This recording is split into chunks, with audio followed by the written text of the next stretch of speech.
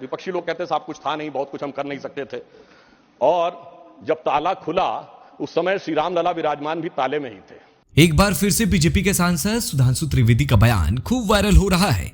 मंगलवार को राज्यसभा सदन में भारत की अर्थव्यवस्था पर चर्चाएं हो रही थी और उस चर्चा में सबसे पहले पक्ष की तरफ से बोलने के लिए खड़े हुए सुधांशु त्रिवेदी। सुधांशु त्रिवेदी ने 1947 से लेकर 2023 तक के भारत की अर्थव्यवस्था के बारे में बतलाया। लेकिन सुधांशु त्रिवेदी ने भारत की अर्थव्यवस्था में जो 1992 के बाद एक अलग ऊंचाई पर गया, उसका श्रेय भगवान प्रभु श्री राम को दिया।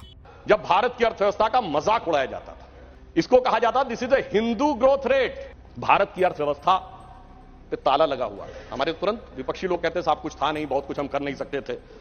और जब ताला खुला उस समय श्री राम लला विराजमान भी ताले में ही थे। जैसे ही राम मंदिर का आंदोलन शुरू हुआ, अर्थव्यवस्था के अंदर भी नया परिवर्तन शुरू हुआ।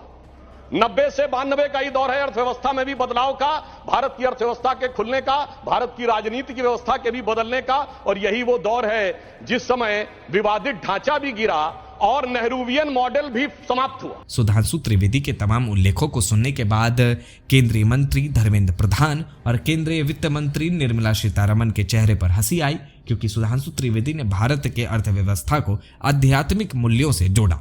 आपको बता दें, 6 दिसंबर को ही बाबरी मस्जिद के विवादित ढांचे को गिरा दिया गया था। 6 दिसंबर से ही एक दिन पहले सुधांशु त्रिवेदी का राज्यसभा में अर्थव्यवस्था और अध्यात्म के मिलन को लेकर बयान वायरल होना राजनीतिक गलियारों की गर्मी को बढ़ा दिया है।